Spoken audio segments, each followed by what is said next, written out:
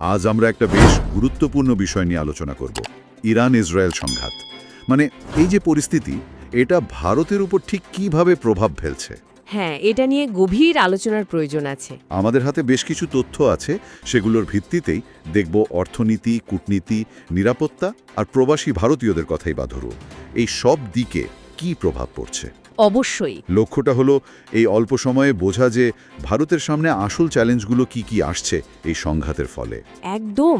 তো শুরুটা অর্থনীতি দিয়েই করা যাক, কি বলেন? কারণ ভারতের জন্য জ্বালানি নিরাপত্তাটা একটা বিরাট উদ্বেগের জায়গা।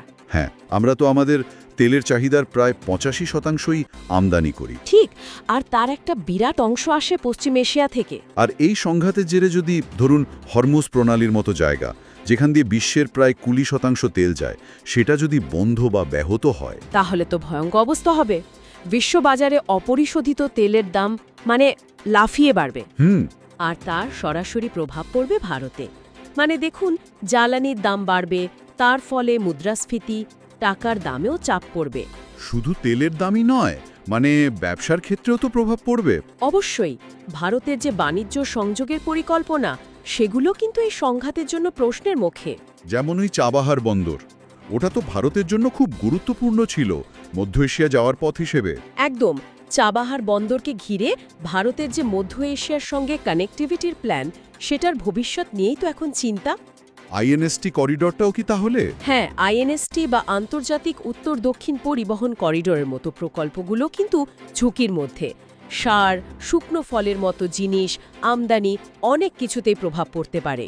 তার মানে একদিকে অর্থনৈতিক চাপ, আবার অন্যদিকে কৌশলগত যে প্ল্যানগুলো ছিল সেগুলো আটকে যাওয়ার ভয়। খুব কঠিন অবস্থা ভারতের জন্য। ঠিক, কূটনীতিক দিক থেকেও এটা একটা দড়ি টানাটানির মতো অবস্থা। কারণ একদিকে ইসরায়েলের সাথে ভারতের বেশ গভীর সম্পর্ক, ডিফেন্স, টেকনোলজি। আবার অন্যদিকে ইরানের সঙ্গেও তো ঐতিহাসিক যোগাযোগ, জ্বালানির সম্পর্ক। তো ভারত কিভাবে ব্যালেন্স করছে দুটো দিক? এটাই সবচেয়ে বড় চ্যালেঞ্জ। ভারতকে একদিকে শান্তি আর স্থিতিশীলতার কথা বলতে হচ্ছে, আবার দেখুন কোনো একটা পক্ষ না নিয়ে খুব সাবধানে নিজের স্বার্থগুলো, যেমন এনার্জি সিকিউরিটি বা প্রবাসীদের সুরক্ষা, এগুলো রক্ষা করতে হচ্ছে। দুটো দেশের সঙ্গেই যোগাযোগ রাখতে হচ্ছে। হ্যাঁ, রাখতেই হবে। এটা শুধু দুটো দেশের ব্যাপার নয়, ভারতের নিজের বিভিন্ন স্বার্থের মধ্যেও একটা ভারসাম্য খোঁজার চেষ্টা। একদিকে ইরানের তেল দরকার, চাবাহার দরকার, অন্যদিকে ইসরায়েলের ডিফেন্স টেকনোলজিটাও দরকার।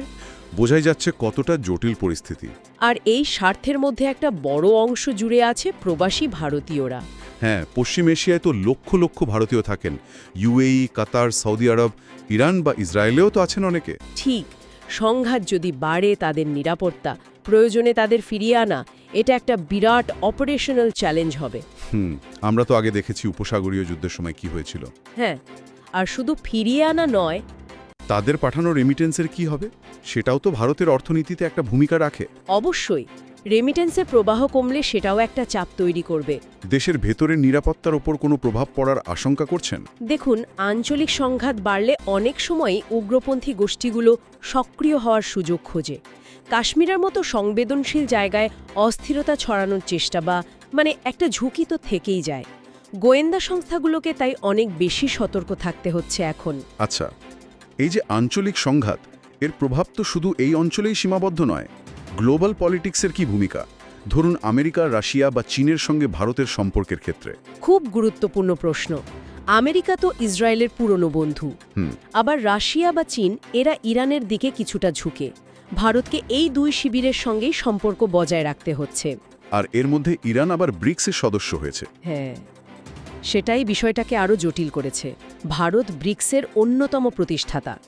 এখন এই গ্রুপের ভেতরেই যদি সদস্য দেশগুলোর মধ্যে এত বড় বিভেদ থাকে, তাহলে ভারতের ডিপ্লোম্যাটিক স্পেসটা তো আরও চ্যালেঞ্জিং হয়ে যায়। এত সব চ্যালেঞ্জের মুখে দাঁড়িয়ে ভারত ঠিক কি করছে বা কি করতে পারে? ভারতের মূল ফোকাসটা এখন উত্তেজনা কমানো আর ডিপ্লোম্যাটিক সমাধানের ওপর। যাকে বলে ব্যাক চ্যানেল ডিপ্লোমেসি, সেটা চলছে দুই পক্ষের সাথেই। আর অন্য কোনো পদক্ষেপ?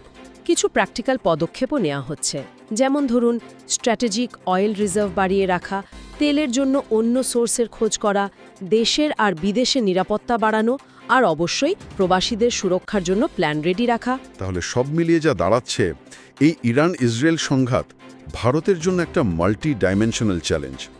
অর্থনীতি, কূটনীতি, নিরাপত্তা, ভূ রাজনীতি সব দিকেই এর প্রভাব। একদম, খুব সাবধানে পা ফেলতে হচ্ছে ভারতকে।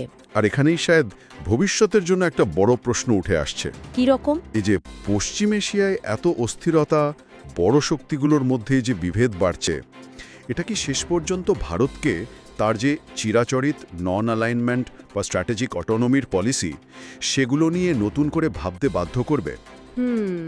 এটা একটা খুব গুরুত্বপূর্ণ প্রশ্ন। ভবিষ্যতে এই অঞ্চলে শান্তি ফেরাতে বা স্থিতিশীলতা বজায় রাখতে ভারতের ভূমিকা ঠিক কী হতে পারে, সেটাই হয়তো আগামী দিনের সবচেয়ে বড় দেখার বিষয়।